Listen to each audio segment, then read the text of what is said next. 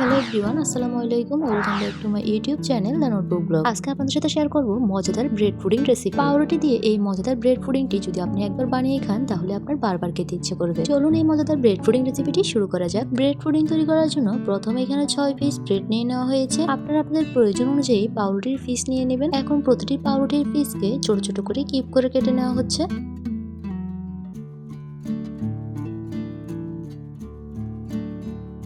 এই পর্যায়ে প্রতিটি পাউরুটির পিস ছোট ছোট করে কিউব করে কেটে নেওয়া কমপ্লিট। কিউব করা ব্রেডের পিসগুলোকে একটা ছোট প্লেটে করে একটা সাইডে সরিয়ে রাখছি।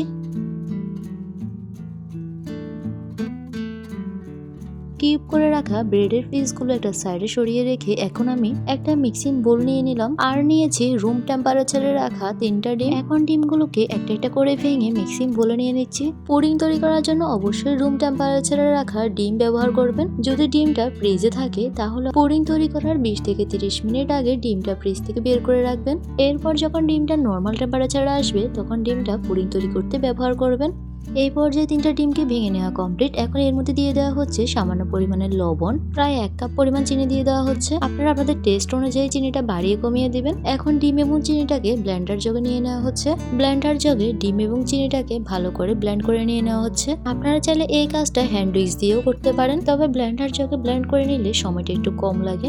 এখন ব্লেন্ডার করা ডিম এবং চিনির মিশ্রণটা একটা বাটিতে নিয়ে নেওয়া হচ্ছে। দেখুন ব্লেন্ডারে ব্লেন্ড করার ফলে ডিম এবং চিনির মিশ্রণটা কতটা স্মুথ হয়েছে। অন্যদিকে ব্লেন্ডারে ব্লেন্ড করার ফলে সময়টা খুব কম লেগেছে। এখন ডিম এবং চিনির মিশ্রণটা একটা সাইডে সরিয়ে রেখে একটা মিক্সিং বোল নিয়ে নেওয়া হয়েছে। এখন মিক্সিং বোলে প্রায় 2 থেকে 3 কাপ পরিমাণ লিকুইড মিল্ক নিয়ে নেওয়া হয়েছে। এর সাথে দিয়ে দেওয়া হচ্ছে 2 থেকে 3 চামচ পাউডার মিল্ক। এখন এর মধ্যে দিয়ে দেওয়া হচ্ছে কিউব করে কেটে রাখা ব্রেডের পিসগুলো। পুরো রেসিপি না টেনে দেখবেন, তাহলে আপনারা খুব সহজে তৈরি করে ফেলতে পারবেন মজাদার ব্রেড পুডিং। যারা আমার চ্যানেলে নতুন, আমার ভিডিওগুলো নতুন দেখছেন, এখন আমার চ্যানেলটি সাবস্ক্রাইব করেন নাই, তারা অবশ্যই আমার চ্যানেলটি সাবস্ক্রাইব করবেন। চ্যানেলের পাশে থাকা বেল আইকনটি অন করে দিবেন, তাহলে পরবর্তীতে নতুন নতুন ভিডিওগুলো আপনারা খুব সহজেই পেয়ে যাবেন। আর যারা সাবস্ক্রাইব করেছেন, চ্যানেলের পাশে আছেন, তাদেরকে অসংখ্য ধন্যবাদ। এই পর্যায়ে সবগুলো ব্রেডের পিস মিল্কের মধ্যে দিয়ে দেওয়া হয়েছে। এখন একটা চামচের সাহায্যে মিল্কের মধ্যে ব্রেডের পিসগুলো ভালোভাবে চুবিয়ে দেওয়া হচ্ছে। এই পর্যায়ে মিল্কের মধ্যে ব্রেডের পিসগুলো প্রায় 5 থেকে 10 মিনিট রেস্টে রেখে দেওয়া হচ্ছে। 5 থেকে 10 মিনিট পরে লিকুইড মিল্ক এবং ব্রেডের মিক্সচারটা একটা ব্লেন্ডার জগে নিয়ে নেওয়া হয়েছে। এর সাথে দিয়ে দেওয়া হচ্ছে প্রায় 1 থেকে 2 চামচ চিনি। আপনারা আপনাদের টেস্ট অনুযায়ী চিনিটা ইউজ করবেন। এখন সবগুলো উপকরণ ব্লেন্ডারে ব্লেন্ড করে নিয়ে নেওয়া হচ্ছে।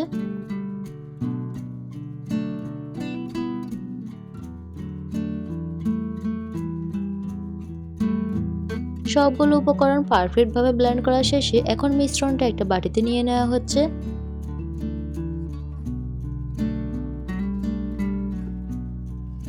দুধ এবং পাউরুটির মিশ্রণটা একটা বাটিতে নিয়ে নেওয়া শেষে এই পর্যায়ে দুধ এবং পাউরুটির মিশ্রণের সাথে দিয়ে দেওয়া হচ্ছে ডিমের মিশ্রণটা। এখন একটা চামচের সাহায্যে সবগুলো উপকরণ একসাথে মিক্সড করে নিয়ে নেওয়া হচ্ছে।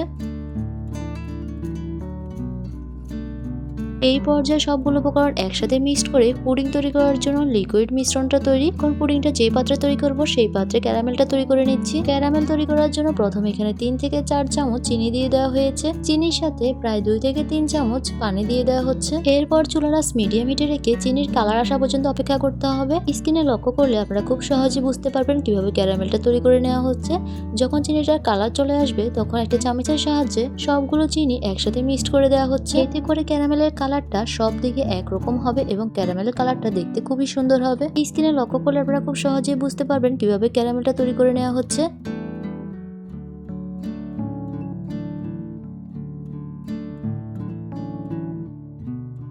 এই পর্যায়ে পারফেক্ট ভাবে ক্যারামেলটা তৈরি করা কমপ্লিট। এখন ক্যারামেলটা পাত্রের গায়ে ঘুরিয়ে ঘুরিয়ে সেট করে ঠান্ডা হওয়ার জন্য অপেক্ষা করব। ক্যারামেলটা যখন ঠান্ডা হয়ে পাত্রের মধ্যে সেট হয়ে যাবে তখন এর মধ্যে পুডিং তৈরি করার লিকুইড মিক্সারটা দিয়ে দেওয়া হয়েছে। এরপর পাত্রটা ঢাকনা দিয়ে ঢেকে দেওয়া হয়েছে। আমি পুডিংটা গ্যাসের চুলায় তৈরি করব, তাই চুলায় একটা বড় পাতিল নিয়ে নিলাম। এখন পাতিলের মধ্যে পরিমাণ মতো পানি দিয়ে এর মধ্যে একটা স্ট্যান্ড বসিয়ে দিলাম। এই পর্যায়ে স্ট্যান্ডের মধ্যে পুডিং সেট করা পাত্রটা বসিয়ে দিলাম। এখন পাত্রের ঢাকনার উপরে একটা বড় পাথর দিয়ে দিলাম, যাতে করে পাত্রটা স্ট্যান্ডের মধ্যে ভালো ভালো করে সেট হয়ে থাকে। এরপর পাতিলটাকে একটা বড় ঢাকনা দিয়ে ঢেকে দিয়ে চুলার আঁচ মিডিয়াম লো হিটে রেখে প্রায় 40 থেকে 50 মিনিট জাল দিলেই তৈরি হয়ে যাবে পারফেক্ট ব্রেড পুডিং। 40 থেকে 50 মিনিট পরে পুডিংটা পারফেক্ট ভাবে তৈরি হয়েছে কিনা তা বোঝার জন্য একটা কাঠির সাহায্যে পুডিংটা চেক করে নেওয়া হচ্ছে। কাঠিটা যখন একদম ক্লিন আসে তখন বুঝে নিতে হবে পুডিংটা পারফেক্ট ভাবে তৈরি হয়ে গিয়েছে। এই পর্যায়ে পুডিংটা পারফেক্ট ভাবে তৈরি হয়ে গিয়েছে। এখন পুডিং এর পাত্রটা চুলা থেকে নামিয়ে গরম ভাব সরে যাওয়া পর্যন্ত অপেক্ষা করতে হবে। গরম ভাব সরে যাওয়ার পরে আমি পুডিং এর পাত্রটা 1 থেকে 2 ঘন্টার জন্য নরমাল ফ্রিজে রেখে দিয়েছি। এতে করে ঠান্ডা ঠান্ডা ব্রেড পুডিংটা খেতে কিন্তু অসাধারণ হয়। 1 থেকে 2 ঘন্টা পরে এখন পুডিংটা আমি মোল্ড আউট করে নিচ্ছি। দেখুন পুডিংটার ফাইনাল লুক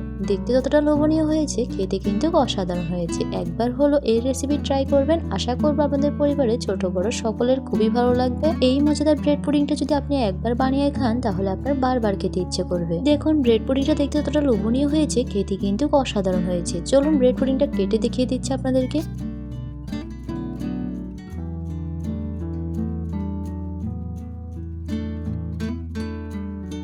পুডিং এর এই স্লাইস দেখলে আপনারা খুব সহজে বুঝতে পারবেন পুডিংটা কতটা পারফেক্ট হয়েছে। দেখতে যতটা লোভনীয় হয়েছে খেতে কিন্তু অসাধারণ হয়েছে। এই মজাদার ব্রেড পুডিংটা যদি আপনি বানিয়ে না খান তাহলে আপনি এর স্বাদ বুঝতেই পারবেন না।